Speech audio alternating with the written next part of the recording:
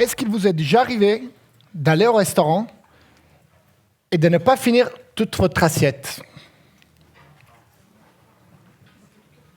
Comme vous avez compris, je suis serveur. Retirer les assiettes à moitié pleines de la table des clients et les vider dans le sac poubelle, c'est ma grande déception. Je vous laisse imaginer à la fin de la journée le poids et la dimension de ce sac. Et cela dure depuis plus de 10 ans. Et pas seulement dans les restaurants, mais aussi dans des bars, discothèques, événements publics. Jeter de la nourriture à la poubelle, à mon sens, c'est un grand manque de respect. D'abord vers toutes les personnes qui travaillent derrière, en commençant par le fermier, qui doit se plier sur son dos, récolter les produits de la terre. Et ces produits sont transportés jusqu'au restaurant. Et le vendeur les laissera dans les mains du chef.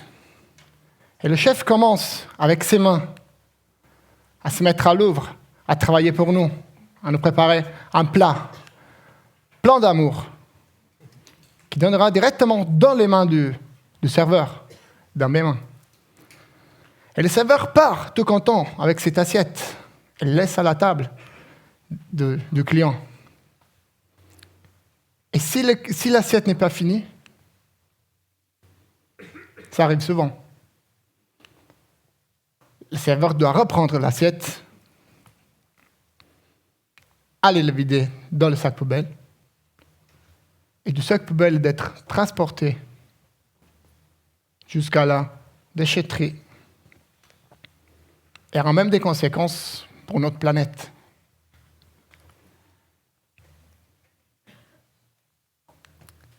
Mais par contre, si toute l'assiette est finie,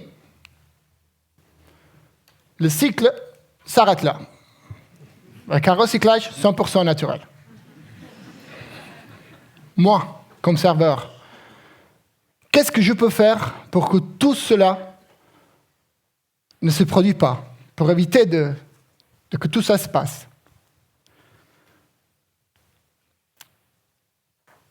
Les nouveaux clients, quand ils arrivent au restaurant, n'ont pas une idée trop claire de la quantité de nourriture qui sera servie dans leurs assiettes.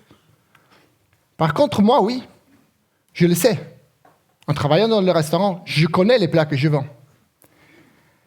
Et en plus, je vous dis que nous, les serveurs, nous avons une alarme dans la tête. C'est une alarme qui sonne quand un client est en train de commander trop. J'ai commencé à utiliser cette alarme pour proposer à certains clients de prendre une plus petite portion à la place d'une grande. Effectivement, les clients acceptent mes conseils. Ça dure vraiment quelques secondes. Il s'agit de poser une question en plus. Est-ce que vous voulez que je vous la fasse plus petite? Et justement, les clients acceptent et les assiettes reviennent à la cuisine complètement vides. Et ça, c'est le début de mon action contre le gaspillage alimentaire. Après quelques mois de pratique sur cette démarche de conseil, j'ai trouvé qu'il était important de mesurer ce que je faisais. Et j'ai alors commencé à travailler sur une formule pour avoir des chiffres. Et chaque soirée, à la fin du service, j'ai commencé à peser les sacs poubelles. À l'aide d'un crochet que j'ai réalisé avec un ami en utilisant un vieux cintre et une balance pour les bagages. Je vous l'ai ramené. Il est là. Je tremble un peu. Non. C'est bon. Il me fallait quelque chose de très simple et très rapide à utiliser parce qu'à la fin du service, la seule chose qu'on veut faire, c'est nettoyer, compter l'argent et partir. Donc, comment ça s'utilise? Quand le service est fini, la poubelle se ferme, je la soulève, une fois fait le nu, et je prends le poids. Et après quelques semaines d'un vrai casse-tête de recherche, formule, feuille déchirée, j'ai trouvé la bonne formule. Je prends ce poids, je le multiplie par 1000 et je le divise par le chiffre d'affaires, qui est la manière plus simple pour connaître combien on a travaillé certains jours. C'est une chose que le boss regarde tous les jours. À la fin de la journée, il va au bureau, il s'assoit. C'est ce qui lui intéresse. Donc, elle est là. Le résultat de cette formule, c'est un ratio, le ratio du taux de gaspillage. En termes de chiffres, je vous fais un exemple. Fin de la journée, je pèse la poubelle, il y a 11 kilos, 40. Je multiplie par 1000, je divise par 7300 francs, 1,60. Si par contre, on aurait travaillé, on aurait eu la même quantité de travail, mais on aurait jeté moins de nourriture dans la poubelle, le sac aurait été plus léger. Et par exemple, à la place d'11 kilos, il y en avait 9,5. Vous voyez que le ratio baisse. Donc, moins on gaspille, plus le ratio baisse. Le restaurant devrait se mesurer régulièrement et essayer de réduire le plus possible leur taux de gaspillage. C'est un outil qu'on peut utiliser, par exemple, comme je vous montre ici, en mettant en comparaison les résultats de tous les jours sur une semaine et déduire des petites choses. Qu'est-ce que je vois ici? Le mercredi et le samedi, j'ai des pics. Je gaspille plus que les autres jours, plus que ma moyenne. Pourquoi?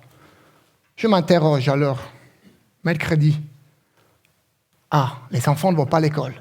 C'est la journée des enfants. J'ai la salle pleine de gamins. Peut-être qu'ils commandent leur plat et ils n'arrivent pas à le finir.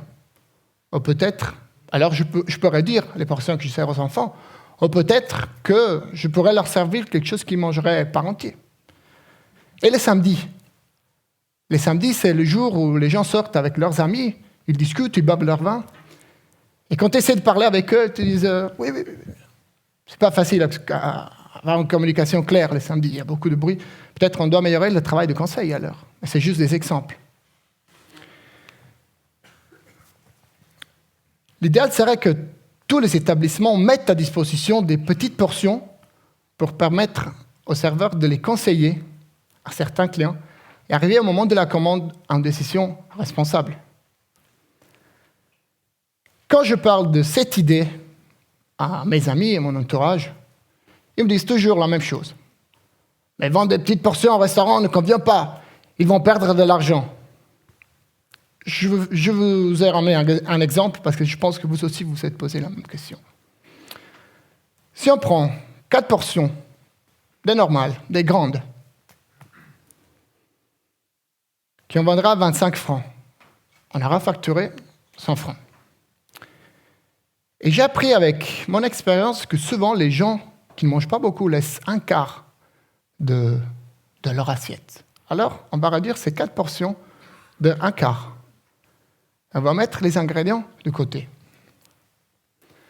Alors maintenant, on a 4 petites portions qu'on vendra, comme disent les clients, petite portion, petit prix. D'accord, on vous enlève quelques francs. C'est juste. Par exemple, ici, on les vendra à 22 francs. Ça va. Donc, on a ces 4 petites portions, plus les ingrédients qu'on a mis de côté, qui sont l'équivalent d'une portion normale. Et si on additionne le tout, ça donne 113 francs. Donc, c'est pas magie, mais il est plus productif de vendre des petites portions à ceux qui mangent moins.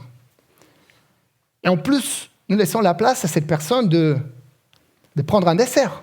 Il m'arrive de voir des gens qui laissent la moitié de leur assiette pour laisser la place pour un dessert. Ça m'arrive souvent. Comme je voyais que cette stratégie était assez simple à mettre en pratique et facile à diffuser, je me suis dit pourquoi pas lancer une initiative visant à sensibiliser d'autres équipes. Et j'ai décidé d'aller personnellement dans chaque restaurant et parler avec les serveurs pour toucher leur conscience, pour qu'ils puissent faire la même chose avec leurs clients. Et si je le fais personnellement, C'est parce qu'aujourd'hui, nous sommes tous exposés à différents messages publicitaires qui n'ont pas toujours un effet fiable sur notre comportement. Mais seulement les émotions contenues dans le langage d'humain à humain peuvent avoir un impact sur le comportement des gens. En arrivant à sensibiliser les restaurateurs, les serveurs et leurs clients sur ce sujet-là, apporterait un impact très positif sur la réduction du gaspillage alimentaire. Et aujourd'hui, je peux vous assurer qu'avant de faire un choix, nous devrions ralentir un moment, réfléchir, poser une question de plus, ou nous poser une question de plus, pour prendre une décision responsable. Parce que nous sommes les responsables de notre avenir et de l'avenir de notre planète.